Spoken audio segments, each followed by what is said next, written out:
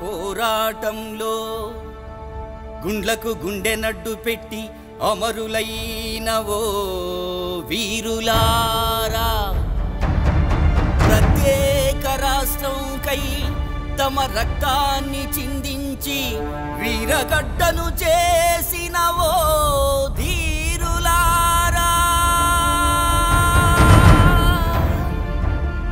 మీకివే మా ప్రజా కళా మండలి లాల్ సలాం, లాల్ సలాం, లాల్ సలాం. నిన్నటి తెలంగాణ కోటి రత్నాల వీణ, ఇయాలటి తెలంగాణ కోట్లాది గొంతులు ఒక్కటై స్వపరిపాలన కోసం సంఘర్షిస్తున్న నేల. ఇది పోరాటాల సంస్కృతి కలిగిన నేల.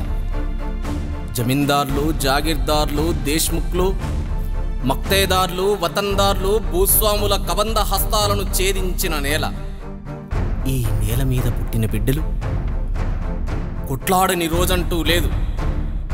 మొన్న కాకతీయ రాజులకు కప్పం కట్టలేని స్థితిలో రాచరికపు దౌర్జన్యంపై ధ్వజమెత్తి రాజ్యంతో రణం చేసి ఏటూరి నాగారం అడవులను ఎరుపెక్కించిన సమ్మక్క సారలక్కలు ఈ తెలంగాణ అడవి బిడ్డలే.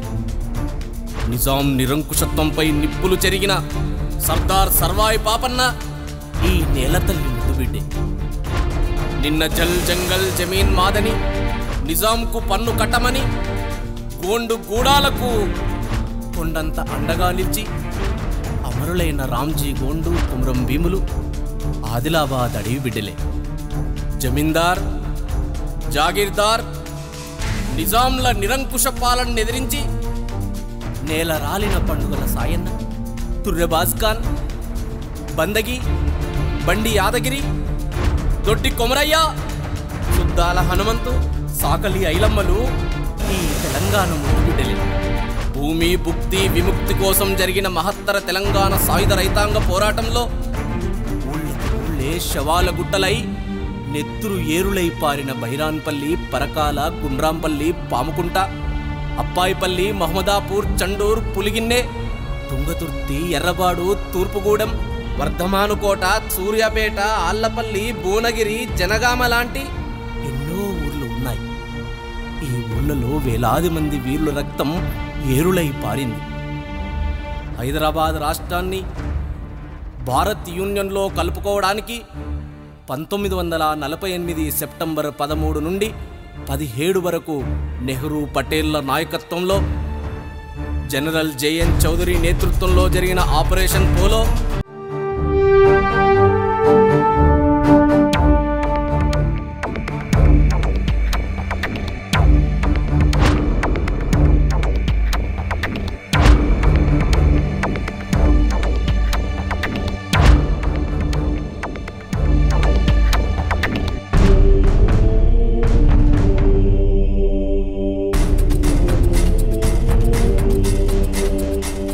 చర్యలో దాదాపు 1000 మందిని, మరో 3000 మంది తెలంగాణ బిడ్డలను పుట్టన పెట్టుకున్నారు.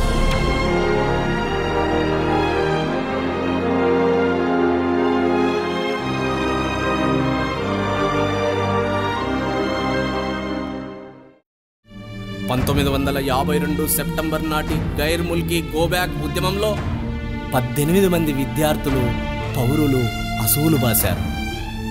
తిరిగి 1969 జై తెలంగాణ ఉద్యమంలో 370 మంది విద్యార్థులు అమరులైనారు. మళ్ళీ తెలంగాణ ప్రాంతీయ ఉద్యమం ఫినిక్స్ పక్షిలా పునర్జీవిస్తూనే ఉన్నది. 1995-96లో మొదలైన మలిదశ తెలంగాణ ఉద్యమం ప్రజాస్వామిక ప్రత్యేక తెలంగాణ ఆకాంక్షలతో తెలంగాణ జనసభగా ముందుకు వచ్చింది. ఈ ఉద్యమంలో సాంస్కృతిక యోధులు కామ్రేడ్ బెల్లి లలిత, కామ్రేడ్ ఐలన్నలు కాళ్లకు గజ్జెలు కట్టి, గొంగడి భుజానేసుకొని, డప్పు సంకనేసుకొని తెలంగాణ కళాసమితి కళాకారులై ఊరూరా ఉద్యమ స్ఫూర్తిని రగిలించారు. అప్పటి ముఖ్యమంత్రి చంద్రబాబు ఫాసిస్ట్ పాలన కామ్రేడ్ బెల్లి లలితను 17 ముక్కలుగా నరికి చంపింది.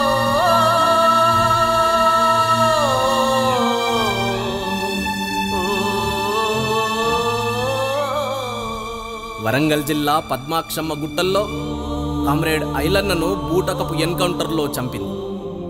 కామ్రేడ్ రవీందర్ రెడ్డిని సజీవ దహనం చేసింది. కామ్రేడ్ చంద్రమౌళిని చిత్రహింసలు పెట్టి చంపింది. 2004 ఎన్నికలకు ముందు అధికారంలోకి వస్తే తెలంగాణ ఇస్తామని వాగ్దానం చేసిన కాంగ్రెస్ పార్టీ, వైఎస్ రాజశేఖర రెడ్డి ప్రభుత్వం ప్రజలకు ఇచ్చిన హామీని మరిచి తెలంగాణ ఉద్యమంలో చురుకైన పాత్ర పోషిస్తున్న కామ్రేడ్ సుదర్శన్, కామ్రేడ్ నల్లా వసంతులను కాల్చి చంపింది. తెలంగాణ గోసలను పల్లె పల్లెకు వినిపిస్తున్న బడిపంతులు కామ్రేడ్ కనకాచారిని నర్సా కోబ్రాల పేరుతో రాజ్యం రక్తపు టేరుల్లో ముంచింది. మలిదశ ఉద్యమ కొనసాగింపుగా నడుస్తున్న తెలంగాణ ఉద్యమంలో ప్రాంతేతర రాజకీయ నాయకుల మోసపూరిత వాగ్దానాలకు కలత చెందిన భావితరం విద్యార్థులు, ఉద్యోగులు శ్రీకాంతాచారి, వేణుగోపాల్ రెడ్డి, కానిస్టేబుల్ కిష్టయ్య, బోజానాయక్, సువర్ణ, యాదయ్యలు దాదాపుగా 800 మంది ప్రాణాలు తీసుకున్నారు. తెలంగాణ విముక్తి కోసం, స్వపరిపాలన, స్వావలంబన, స్వరాష్ట్రం కోసం ఈ నేల మీద నెత్తురు చిందించి ప్రాణాలర్పించిన వీరులందరికీ పేరు పేరున ప్రజాకళామండలి జోహార్లర్పిస్తుంది.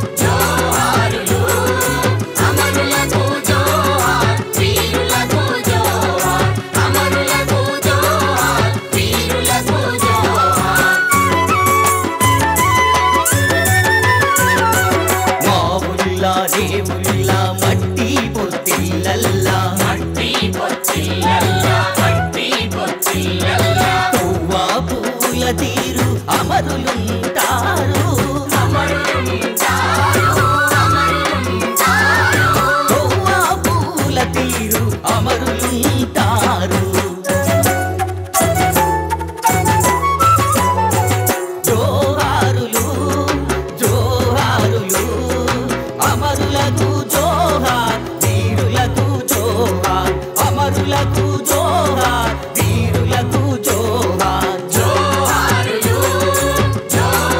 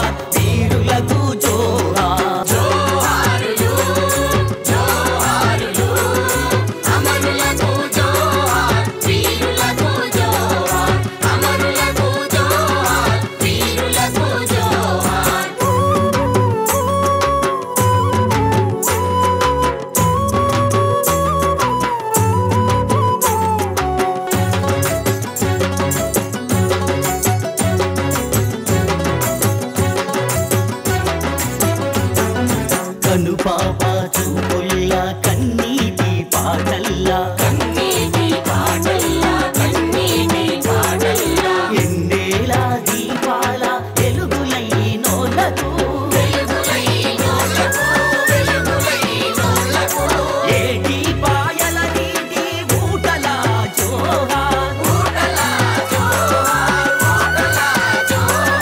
గట్ల వీధి గట్టి చిలుకల జోహార్ చిలుకల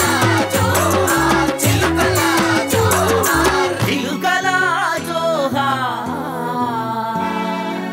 వరి మొలకల జోహార్ జోహారులు జోహారులు అమరులకు జోహార్ వీరులకు జోహార్ అమరులకు జోహార్ వీరులకు జోహార్ అమరులకు జోహార్ వీరులకు జోహార్ అమరులకు జోహార్ వీరులకు జోహార్ అమరులకు జోహార్ వీరులకు జోహార్ అమరులకు జోహార్ వీరులకు జోహార్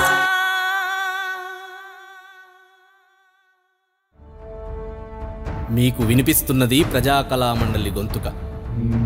మీకు కనిపిస్తున్నది 60 ఏండ్ల సంధి కోస్తాంధ్ర రాయలసీమ పాలకుల మోసాలకు, పెట్టుబడిదారుల దోపిడీకి వ్యతిరేకంగా తెలంగాణ విముక్తి కోసం, ప్రత్యేక రాష్ట్ర సాధన కోసం ప్రాణాలు అడ్డం పెట్టి పోరాడి అమరులైన వీరులను తలుచుకుంటూ తన్లాడుతూ తల్లడిల్లుతున్న తెలంగాణ బతుకు చిత్రం.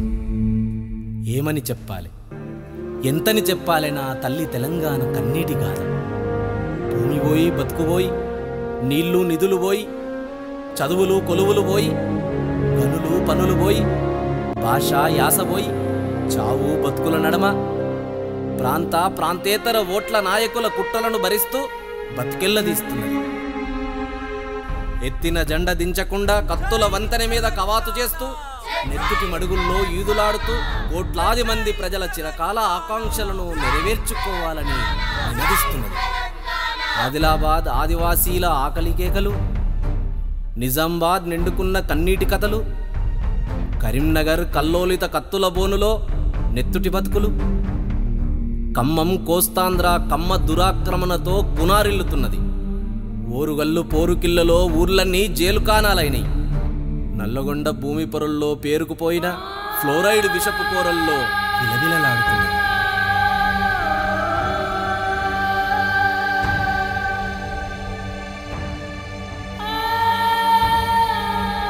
మెదక్ మెతుకు కోసం మొత్తుకుంటున్నది. పాలమూరు పల్లెనిడిసి పరాయి ప్రాంతాలకు దేశాలకు బతకబోతుంది. రంగారెడ్డి రింగు రోడ్ల వెంబడి కోస్తాంధ్ర రియల్ ఎస్టేట్ రాజ్యమేలుతున్నది. హైదరాబాద్ అంతా ఆంధ్ర దోపిడీదారుల ఆక్రమణలతో అల్లాడుతున్నది. వేల ప్రాణాలు పోయినా, నెత్తురు ఏరులై పారినా ప్రత్యేక రాష్ట్రం కోసం మడిమె తిప్పకుండా తెలంగాణ ప్రజలు పోరాటం చేస్తూనే ఉన్నారు. పల్లెలన్నీ లొల్లిబెడుతున్నాయి, జిల్లాలన్నీ లడాయికి సిద్ధమంటున్నాయి. ఈ ప్రజలు తెలంగాణ రాష్ట్రాన్ని ఎందుకు అడుగుతున్నారు? నిజంగా తెలంగాణకు మోసం జరుగుతుందా? ఏ విధంగా జరుగుతుందో చూద్దాం, ఆలోచిద్దాం. న్యాయమైన డిమాండే అయితే నడుం బిగిద్దాం, పీడితుల మొక్కటై పిడికిల్లెత్తుదాం. హైదరాబాద్ రాష్ట్రం ఒక విశాలమైన భూభాగం, 2 జీవనదులు ప్రవహించే సారవంతమైన నేల కలిగిన భూభాగం. ఒకనాడు వేలాది గొలుసుకట్టు చెరువుల కింద పంటలతో కలకలలాడింది. ప్రతి ఊరుకు చెరువులు, బావులు, కుంటలు ఉండేవి. వానాకాలం ఎండాకాలం అనే తేడానే లేదు. ఏడాది పొడుగునా వ్యవసాయం సాగేది. చెరువుల కింద భూములు ఎవరివనే ప్రశ్న పక్కకు పెడితే, భూమి లేని దళిత వెనకబడిన కులాలకు చేతి నిండా పని దొరికేది. ఉమ్మడి రాష్ట్రం ఏర్పడినాక ఒక్కరోజు కూడా మన వ్యవసాయాన్ని పట్టించుకున్న పాపాన పోలేదు. కోనసీమ రైతులకు నష్టం వస్తే నష్టపరిహారం కింద లక్షలు, తెలంగాణ నష్టపోతే వేలు వందలతో చేతులు దులుపుకున్నారు. చెరువులు పూడికలకు నోచుకోలేదు. అలుగులు తూముల మరమ్మత్తు మాటే లేదు. మెల్లమెల్లగా తెలంగాణ చెరువులను ఎండబెట్టిండ్రు. ఇక తెలంగాణ వ్యవసాయం వానకాల వ్యవసాయం అయింది. తుంపిర్ల సేద్యమైంది, బిందు సేద్యమైంది. వేసిన పంటలు పండక, పండిన పంటలకు ధరలేక, పెట్టిన పెట్టుబడి ఎల్లక, అప్పులు కట్టలేక ఆకలితో అలమటిస్తున్న రైతులు సుమారు 5,000 మంది ఆత్మహత్యలు చేసుకున్నారు.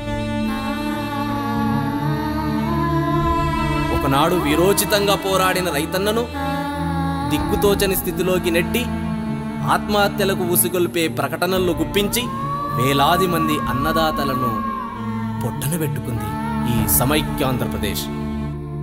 కోస్తాంధ్ర కమ్మ భూస్వాములు, రాయలసీమ రెడ్డి భూస్వాములు తెలంగాణ ప్రాంతంలో అడుగుపెట్టి ఇక్కడ మనుషుల మంచితనాన్ని సొమ్ము చేసుకున్నారు.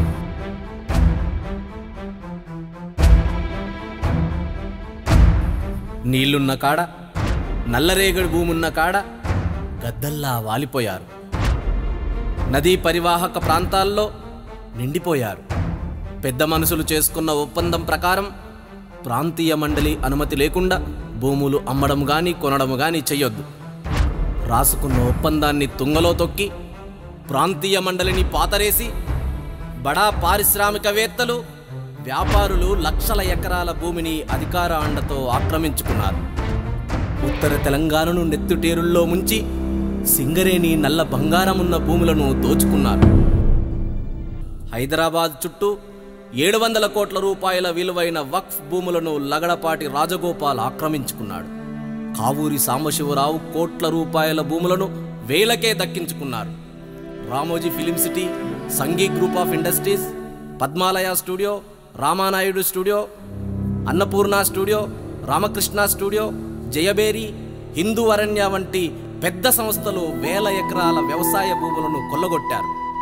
గ్రామాలలో రైతులేమో వచ్చిరాని కరెంటుతోని, బండవారిన బోర్లతోని సచ్చి బతుక్కుంటూ ఎకరమో అర్ధెకరమో సాగు చేసుకుంటున్నారు. మూలిగే నక్క మీద తాటికాయ పడ్డట్టు సెజ్జుల చట్టం తెచ్చి అసైన్డ్, సర్ఫేకాస్, ఇనాం, దేవుని మాన్యం, పోరంబొక్కు భూములను బలవంతంగా గుంజుకున్నారు.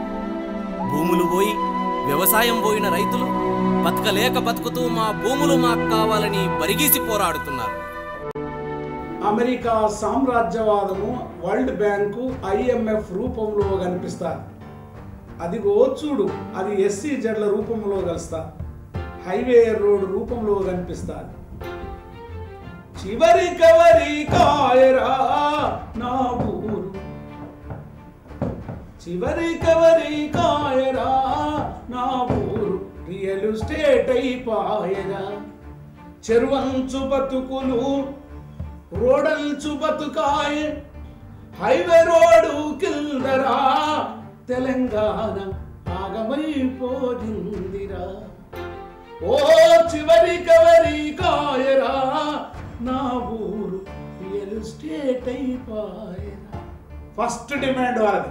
భూ తల్లి బిడ్డలు చిగురిల్చే కొమ్మలు, చిదిమేసిన పూలు, త్యాగాల గుర్తులు, మా భూములు మాకేనని మరలబడ్డ గానమా, తిరగబడ్డ రాగమా, గోదావరి అలల మీద కోటి కలల గానమా, కృష్ణమ్మ పరుగులకు నురుగుల గానమా, మా నీళ్లు మాకేనని కత్తుల కోలాటమా, కన్నీటి గానమా.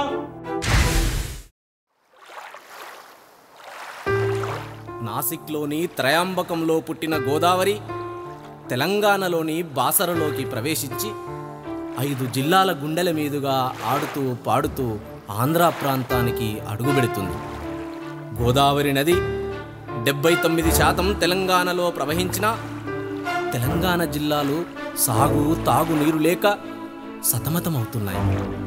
మంజీరా, మానేరు, ప్రాణహిత, పెనగంగ, వార్దా, కిన్నెరసానులు ఉన్న ఒక్క ఆనకట్ట కూడా ఇప్పటికీ పూర్తి కాలేదు. నిజాం కాలంలో మొదలుపెట్టిన నిజాం సాగర్, పోచంపాడు ప్రాజెక్టులో ఇసుక దిబ్బలు పేరుకుపోయి మరమ్మతులకు నోచుకోలేదు. మంజీరా, సింగూరు నీళ్లను మెదక్ జిల్లా గొంతులెండబెట్టి హైదరాబాద్లోని ఆంధ్ర కాలనీల విలాసాలకు మలుపుకపోయిండు. 4.5 దశాబ్దాల దగా వెనుక ఇచ్చంపల్లికి అతి గతి లేదు.